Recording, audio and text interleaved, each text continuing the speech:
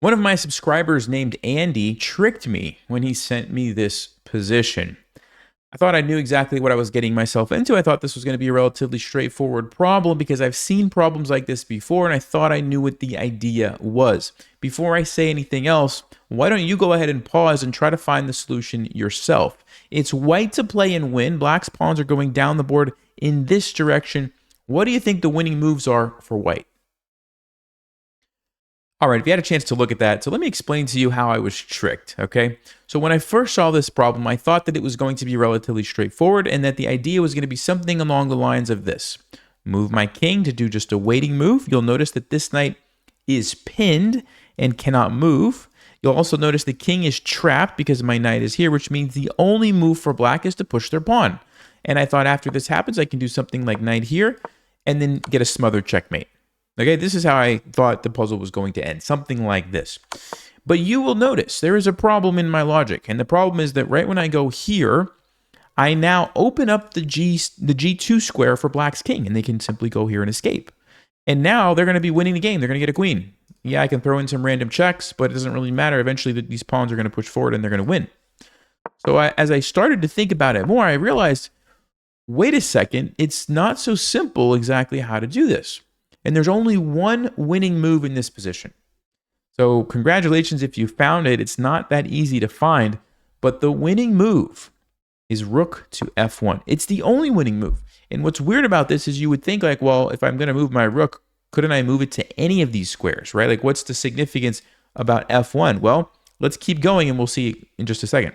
So only move for black still is g3. And now again, another only move. Only one move wins here for white. What is it?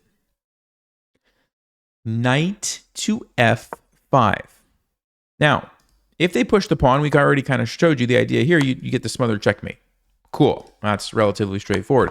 But the tricky one is what if the king tries to run, right?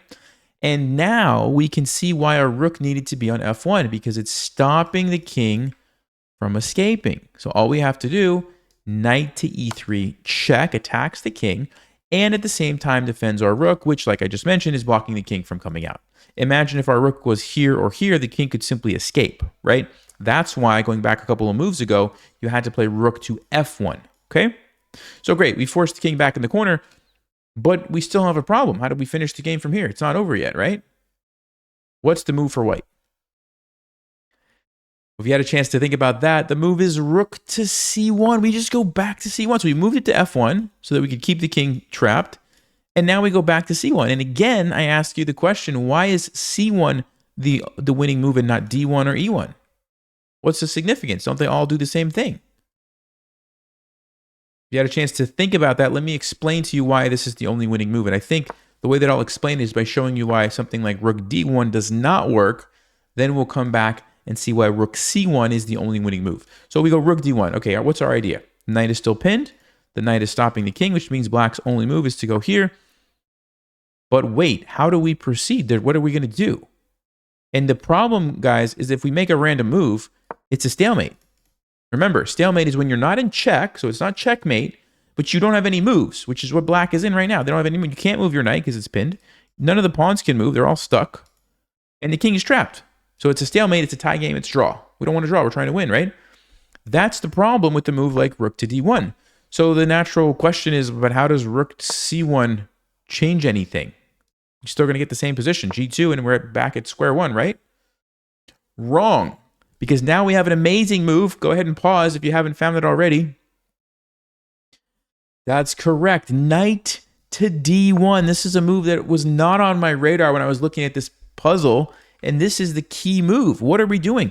We are getting rid of the stalemate. It's no longer a stalemate. We're giving black the option to move their knight, but we're doing it in a very particular way. Because if we do it in any other way, for example, by moving our rook away, now we lose because they move their knight and they get a queen. And we can't stop this. We're going to lose the game, right?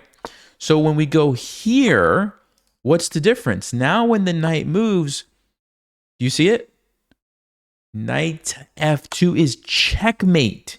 Immediately checkmate. You don't have time to block. It's not letting me do it because the knight puts the king in check. You can't run away from the knight check because the rook puts the king in check and covers that square. So it's just game over and there's nothing that black can do.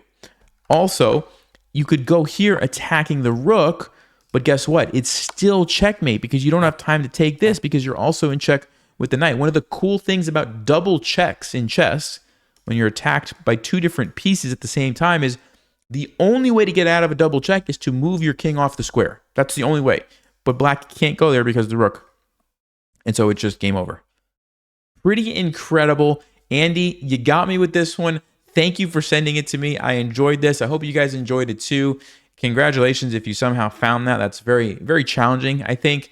And yeah, well played, Andy. I enjoyed that. Thanks a lot. And I'll see you guys next time. As always, stay sharp, play smart, and take care.